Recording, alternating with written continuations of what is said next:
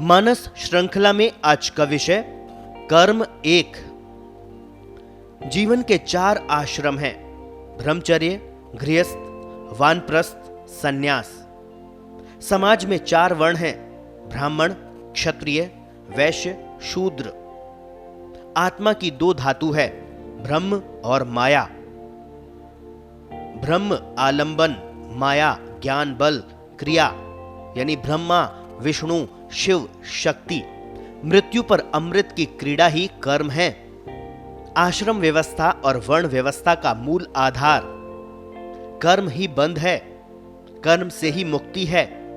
सन्यास का अर्थ भी कर्म विहीनता नहीं है। कर्म स्वयं धर्म स्वरूप होता है और वही मुक्ति का कारण बनता है, वही सुख और दुख के बंध का कारण भी बनता है। कर्म यदि अच्छा है और सुख देने वाला है तो भी बंध का कारण है। अतः मूल में कर्म को धर्म माना गया है। धर्म मानकर कर्म करने से परिणाम धर्म या ईश्वर पर छोड़ दिया जाता है, अर्थात कर्म समर्पण रूप में होता है। कर्म को लेकर हमारे यहां कई धर्मोपदेश मिलते हैं। गीता में तो कर्म योग पर पूरा अध्याय लिखा गया है। ज्ञान योग, बुद्धि योग आदि का आधार भी कर्म ही बताया गया है। ये भी कहा जाता है कि सकल पदार्थ है जगमाही, कर्महीन नर पावत नाही। यदि हम कर्म करते हैं तो उसका फल मिलना निश्चित ही है। उसकी इच्छा करने की आवश्यकता नहीं है, वो तो मिलेगा ही। प्रश्न है आसक्ति का, पुनरावृत्ति का। इसी का नाम बंध है। एक कार्य संपूर्ण हुआ और नए कार्य में लग गए। कार्य के परिणाम की प्रतीक्षा करने की आवश्यकता नहीं है, नहीं उसके प्राप्त सुख को भोगने के लिए रुके रहने की ही अपेक्षा है। इतने समय में तो एक नया कार्य आगे बढ़ जाएगा। जीवन का लक्ष्य होता है आनंद की प्राप्ति।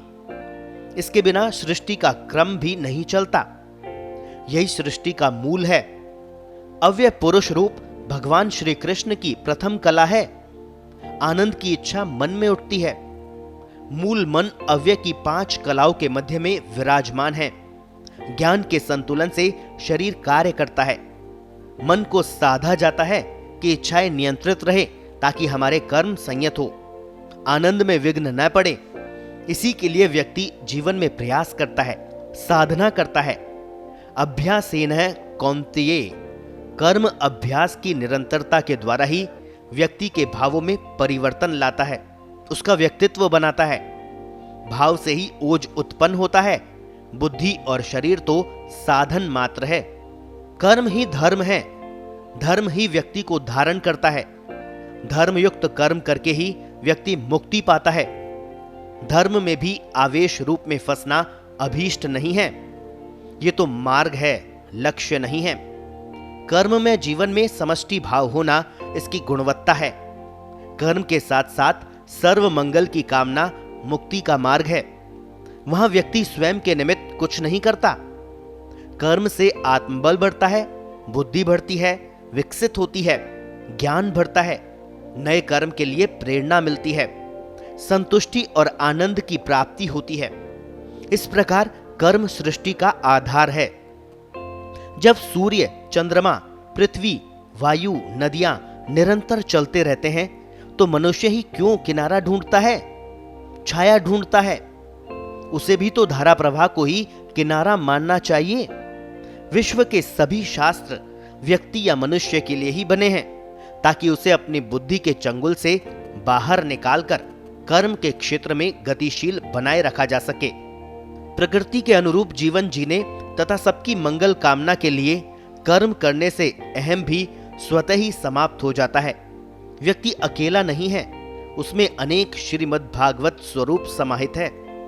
शरीर का कर्म है भोजन करना, उससे रस, रक्त आदि सप्त धातुओं का निर्माण करना और उच्छिष्ट का विसर्जन करना। बुद्धि का कर्म है ज्ञान अर्जन करना और उसके माध्यम से भले और बुरे में, सही और गलत में भेद करना। मन का कर्म है प्रवृत्ति और निवृत्ति। उसी से जुड़ी आत्मा है जो त्रिगुण रूप आवरण से ढकी है। मन का कार्य इस आवरण को हटाकर उस प्रेरणात्मक शक्ति का आत्मदर्शन करना है। गीता के अनुसार यही आत्मा ब्रह्म है, ईश्वर है, ये सब में विद्यमान है। यही दर्शन केवल ज्ञान है, यही सब कर्मों का मूल है। इसलिए यह भी कहा गया है कि करने वाला भी एक ही है और भोगने वाला भी वही है, हम तो निमित्त मात्र हैं। यही मानकर सभी कर्म करना समष्टि भाव पैदा करता है, अहम को कम करता है, प्रवृत्ति को निवृत्ति की ओर बनाए रखता है।